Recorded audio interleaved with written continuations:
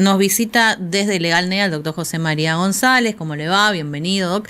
Y el doctor Carlos Maciel, que hacía mucho que no venía por acá, así que bueno, grato verlo de nuevo por estos Pasó por lugares. acá y bueno, voy a entrar, dijo. Dijo así, dijo voy a volver. ¿Lo extrañamos, doctor? Bueno, yo también, la verdad. Pero estuve muy ocupado enchufando el sol donde vivo. Así que, y me cortaron ahora el del puente, así que bueno. Claro, tiene que dar todo un rodeo, diríamos. Quedó aislado. Bueno, dice que ya van a terminar dentro por Avenida Unos 4 meses. No, la idea es que terminara antes que llegue la lluvia. Bueno, el niño. Claro. ¿Qué prefiere, doctor? ¿Dar una vuelta por ahí o inundarse si llueve? No, me encanta pasear por esa zona, por los alrededores a la hora. Sobre todo los horarios laborales suyos, ¿no? Claro, claro. Sí, vos sabés que, bueno, estamos hablando, tema súper coyuntural, que están haciendo todo el entubamiento ahí por Maipú, incluso ayer estuvieron recorriendo la hora, y vos sabés que debe ser tal el tema del trastorno para la gente que vive en la zona, que ayer el propio Juan Pablo Valdés pidió perdón a los vecinos porque dice, vamos a tratar de acelerar esto porque realmente le genera muchas complicaciones, pero decía, intentamos hacerlo cortando a medias la calle, pero se desmoronaba todo, era peligroso, así que no les queda mucha opción más que adaptarse, pero sí, por los mensajes que recibimos, les trastocó bastante la vida a toda la gente en esa zona esta hora, que podríamos decir es indispensable, pero no se puede desconocer que te altera bastante el día a día. Así mejorar que, la señalización por ahí, porque había tramos donde uno avanzaba y no... Yo no anduve por ahí, así que no sé, pero veo hasta los la obra y ahí que... se daba cuenta, tenía que regresar 1 o 2 kilómetros. Lo que pasa es que hay señalización hoy en día. ¿Señalizaron ahora? Tiempo, no. Claro. No, pero yo no anduve por la zona, pero recibo los mensajes y veo que la gente te dice que se les complicó bastante la circulación. Corriente, a ver, no es un problema de esta gestión municipal ni de Juan Pablo Valdés como gobernador. Tampoco te puedo decir de la gestión anterior, porque en realidad es un problema que viene hace muchísimo tiempo. El de Corrientes es el que tenés para llegar a muchos lugares un solo acceso. O sea, una avenida para acá, no tenés camino alternativo. Y cuando te pasan situaciones como esta, te das cuenta que quizás durante años pudimos haber planificado de otra manera para que al llegar a determinados lugares tener 2 avenidas por ahí por ese lugar. Me pareció excelente, viste, ahora que bueno, ustedes están por allí, que vos desde esa zona de Santa Catalina, por ejemplo, tenés otro acceso para ir hasta la 1000 para poder ir al centro. Entonces descongestionaba un poco lo que era Avenida Maipú y demás. Y eso se hizo fue la gestión anterior, digamos, un provincial y municipal, que hicieron los asfaltados y demás para tener esa vía de acceso. Y situaciones como esas serán necesarias en muchos puntos de la ciudad realizarlos porque, ya te digo, para llegar a muchos lugares tenés una sola forma. Un solo camino, entonces pasa algo y quedan. Bueno, a ver, uno de los temas de la semana, generalmente cuando hablamos de situaciones de violencia dentro de la pareja, hacemos referencia a toda la normativa y todo lo que se ha trabajado en materia de violencia de género con las mujeres víctimas y en la mayoría de los casos su pareja, hombre o expareja como victimario. Hablamos de femicidios, de violencia de género, de maltrato hacia la mujer, los tipos de violencia. Pero hay un camino que no por menos frecuente merece ser ignorado, que es cuando el hombre es víctima en el marco de una relación de pareja de violencia. Y hemos tenido, lamentablemente, Marce en Chaco, una situación que se manifestó en su máxima expresión, que es la muerte de un joven de 29 años, estoy hablando de Julián Álvarez Guardia, y la principal sospechosa, imputada, detenida, es su pareja, una chica de 25 años, que además parecería haber incurrido en actitudes y en gestos y en acciones violentas para con este hombre, al menos por las publicaciones de chat que se están conociendo desde hacía bastante tiempo. Judicialmente, mes de noviembre del año 2025, existió una denuncia penal sobre la rotura de un parabrisas, el cual después quedó sin efecto porque la víctima no avanzó con la causa. O sea, eso es lo que el antecedente... Judicialmente, sí. El único antecedente que hay, más allá de las versiones, más allá del cúmulo de audios que han circulado en donde él hablaba con su familia, con sus amigos, decía que no soportaba más el asedio, el acoso, el agravio, pero judicialmente existió una presentación y después el mismo damnificado no avanzó con la causa. Parecería tener este caso, porque está siempre en investigación, pero si es así como se presenta, todos los componentes de un caso de violencia cuya víctima generalmente es las mujeres. Sin embargo, que acá es el hombre y lamentablemente esto derivó en la muerte de una persona. La consigna dispara el tema: ¿qué puede hacer un hombre que sufre violencia? Y esto lo agrego yo, si hay una mirada sesgada cuando el victimario es hombre o mujer en relación a las medidas que toman los mecanismos, los organismos de protección. ¿Por dónde empezamos? Sí, bueno, creo que la introducción más correcta es la que hiciste vos, en el sentido de que cada vez que hablamos de violencia, incluso de violencia familiar, relacionamos inmediatamente con violencia de género, sin distinguir que la última, la violencia de género, es un tipo y que la violencia familiar es mucho más amplia. Incluso que hay dos regímenes normativos, hay dos leyes, una que tiene todo el contenido dirigido a la violencia familiar, donde cualquier miembro de la familia puede ser víctima, puede ser un niño, puede ser la mujer, puede ser el hombre, puede ser un abuelo. Y después sí, la ley de violencia de género, sancionada con posterioridad. Y también es cierto que socialmente, el común de la gente, cuando se habla de este tema, siempre se recurre al estereotipo del hombre violento y de la mujer víctima de violencia de género, pero la realidad es que el fenómeno de inverso, que no tiene una connotación, una denominación legal, porque cuando hablamos de una mujer víctima muerta en un homicidio con sesgo de violencia de género, hablamos de femicidio. En el caso del varón no es así. Se disparan otras cuestiones que tienen que ver con casos como estos que estás mencionando, que ponen en evidencia una problemática que existe, que según las estadísticas de las que disponemos no se puede mensurar, no se puede saber cuántos hombres son víctimas de violencia. Los datos que existen, hay algunas estadísticas de la Corte Suprema de Justicia de la Nación, hay otras estadísticas del Poder Judicial de Corrientes. En el caso de Nación habla de un global de 27% de hombres víctimas de violencia, pero hay que tener cuidado ahí, porque cuando se desagrega por edad, lo que uno podría decir un varón mayor de entre 18 y 59 años, ese porcentaje se reduce al 9%. Entonces, varones. 27% hombre, pero eso incluye los niños. Los niños, los adultos mayores. Cuando uno recorta entre lo que podemos decir la violencia agresor, en una pareja. Claro, lo que puede ser un agresor potencial en una pareja, 19, 20 años a 59 años, ese porcentaje se reduce al 9%. Doctor, pero tiene probablemente porque estos sean los casos denunciados. Estamos hablando de denunciados. Lo que no podemos saber es cuántos casos más hay que no se denuncian. Lo que en el caso de Corrientes también hay algunas estadísticas, señalan que alrededor del 90% de las denuncias de violencia dentro de la familia son de mujeres, lo cual uno podría pensar que el otro 10 es el inverso, pero a su vez cuando se analiza quién denuncia a las mujeres, es decir, cuando las mujeres son denunciadas como autores de violencia, autoras de violencia, el 37% son varones.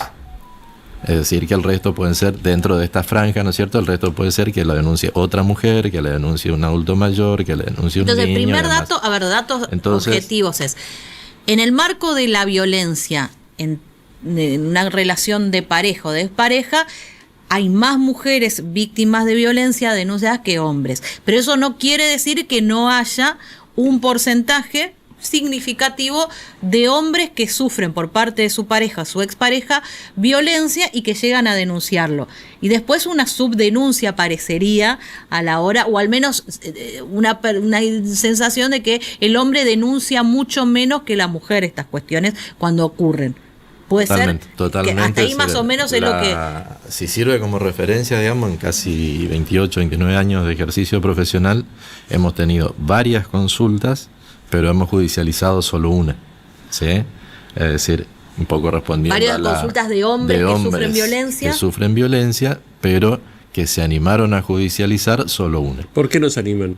A ver, viéndole desde un punto de vista súper machista, yo diría de que el hombre no denuncia. Yo no voy a denunciar, yo siento vergüenza de ir a denunciar si mi mujer me pega.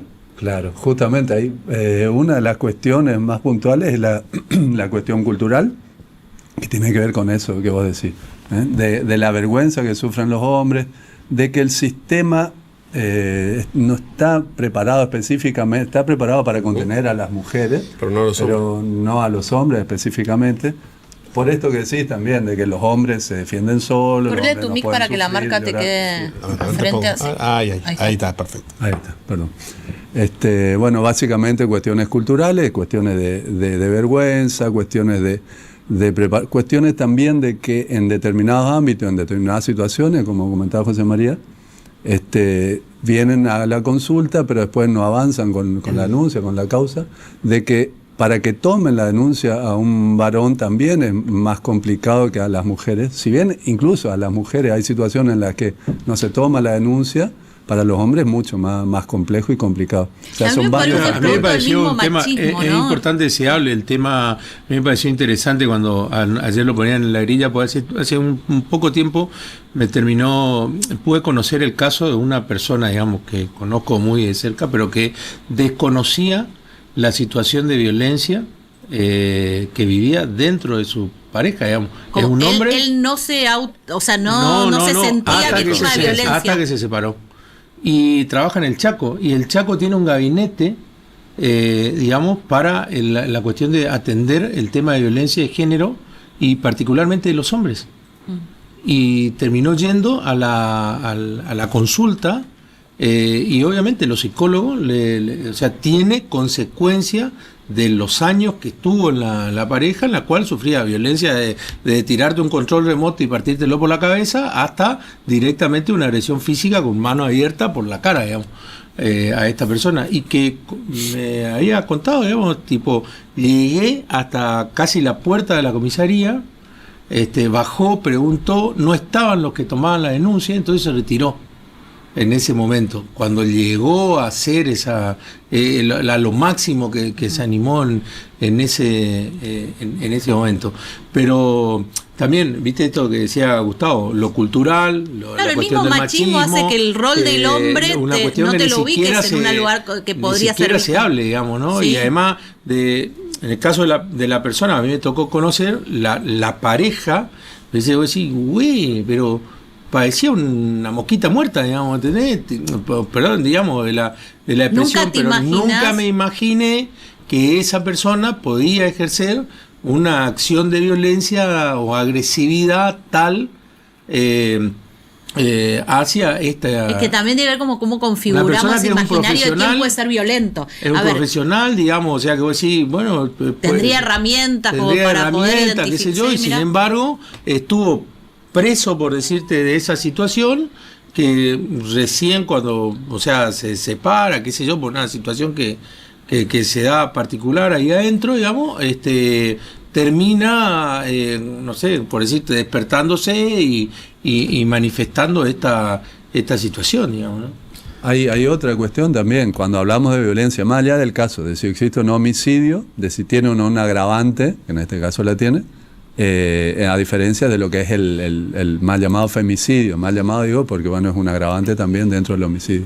Pero la violencia no es solo la violencia física, ocurre lo mismo que con las mujeres. La violencia psicológica es muy común en este tipo de situaciones, bueno, el hostigamiento, no sé si tanto, no tengo estadística, pero la violencia económica se da en las situaciones inversas, digamos, pero es muy común la cuestión de la violencia psicológica, el hostigamiento, el uso de estas cuestiones culturales, etcétera, que hacen todo este caldo de cultivo. Una variable más que por las noticias, digamos, obviamente no llevamos este caso ni lo conocemos, pero por las noticias se menciona y que está presente en el caso que nos tocó manejar a nosotros, que es esta otra forma de violencia hoy con la tecnología. O sea, se habla de la apropiación de las redes sociales de la víctima, por ejemplo. En el marco de una relación enfermiza, los celos, el control y demás, en el caso que nosotros tuvimos, se afectaba incluso laboralmente, no solo socialmente, con amigos, familiares y demás, sino hasta incluso laboralmente a través del manejo de las redes sociales que hacía la victimaria. Y si se reprodujeron cada una de las cosas que se mencionan acá, nos costó, a Carla le costó, a la doctora Rodríguez le costó prácticamente 10 días que se tome la denuncia. ¿Por qué? Porque, como decía Carlos, el sistema está preparado y bastante bien preparado para recibir una denuncia de violencia de género, ¿no es cierto? Reacciona rápidamente, llaman al juzgado de familia, inmediatamente se dicta una resolución cautelar, una medida restrictiva, se notifica y se ejecuta inmediatamente. Cuando pasa al otro existe la duda si existe la posibilidad de hacer la denuncia, tener que convencer, que se le dé el mismo trámite y la misma celeridad que se le da a algún caso de violencia de género, para que manden la denuncia a Fiscalía.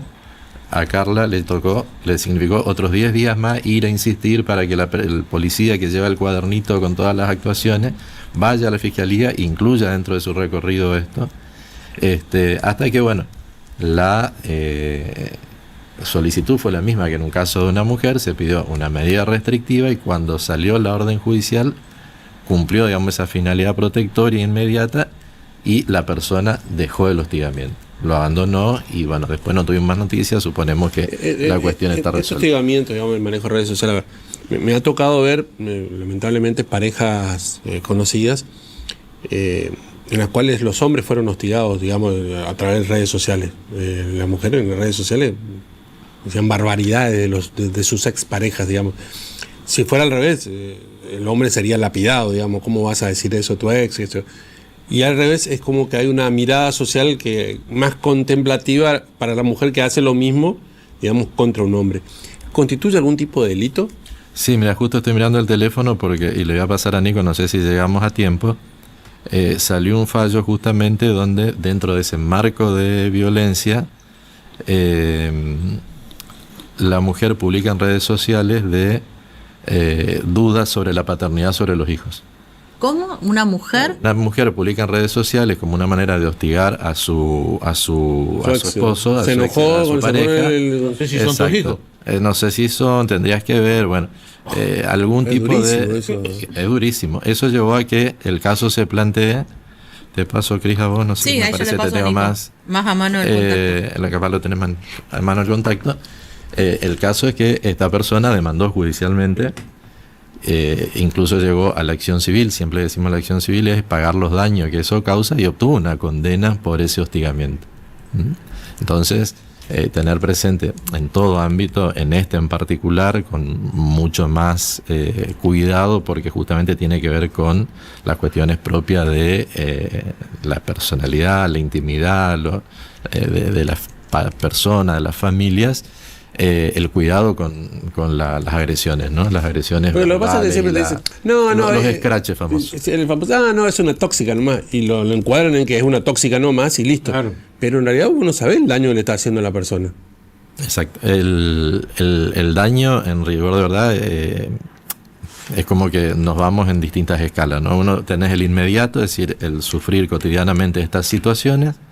Después, el daño que puede traducirse, como decía recién, tirarte el control remoto, darle un golpe, la violencia física, otro tipo de violencia, como la señalaba Carlos, la violencia económica, y después el daño que muchas veces se genera con la propia judicialización. Y acá hay que decir que cuando hablamos de revictimización, por ejemplo, es aplicable a todas las personas.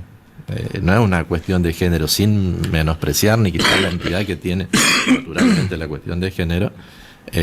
La posterior revictimización que se plantea en el sistema también tiene que ver con una forma más de recibir los daños y las consecuencias, ¿no? Hay como, para mí, ¿no? Siempre esto es opinable, ¿no?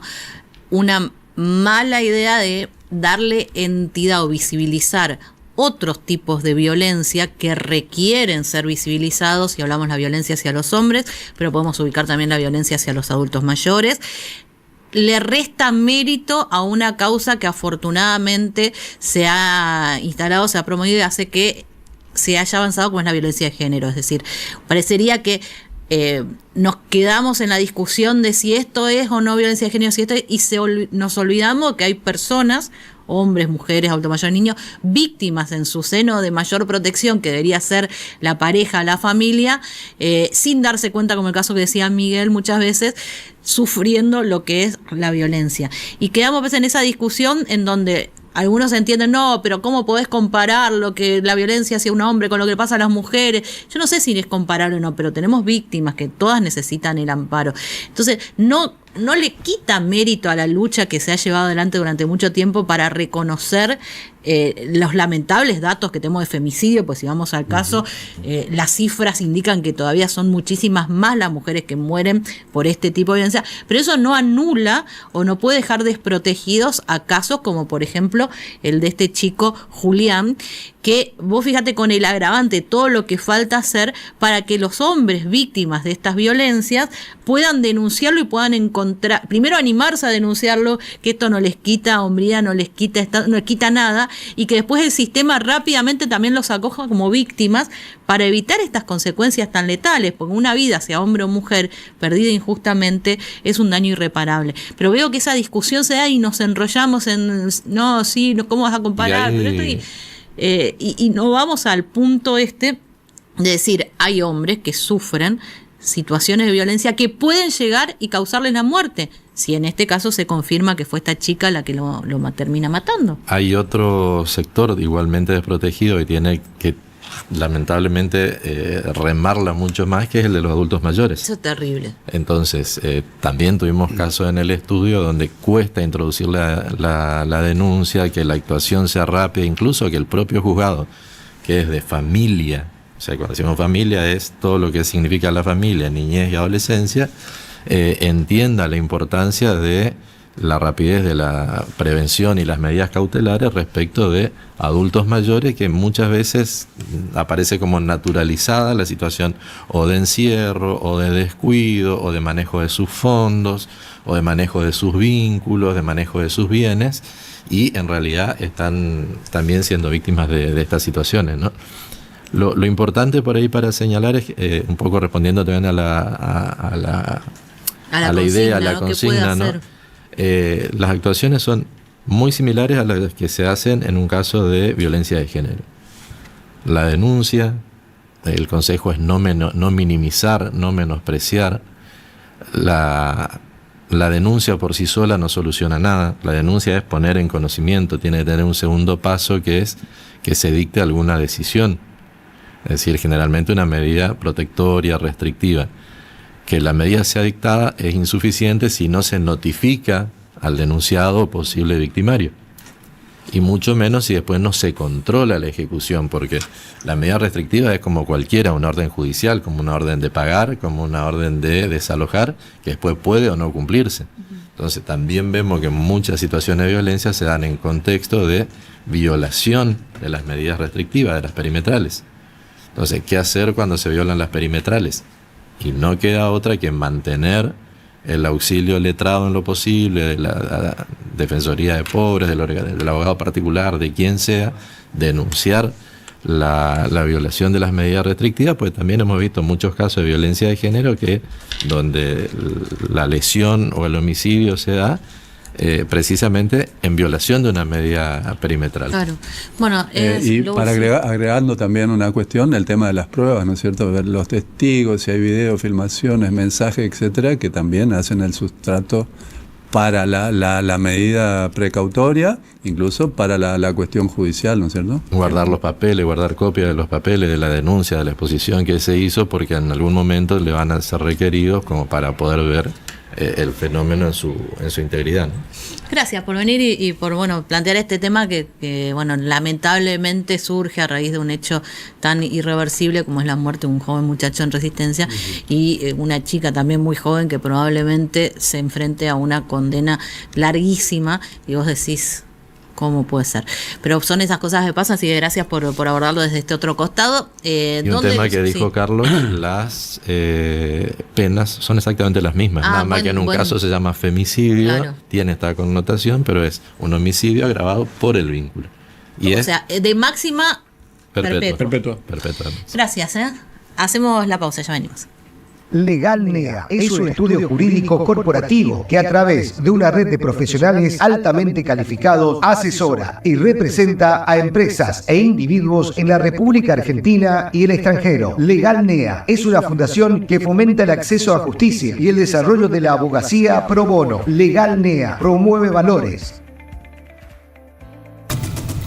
Desde Corrientes Capital y para toda una región.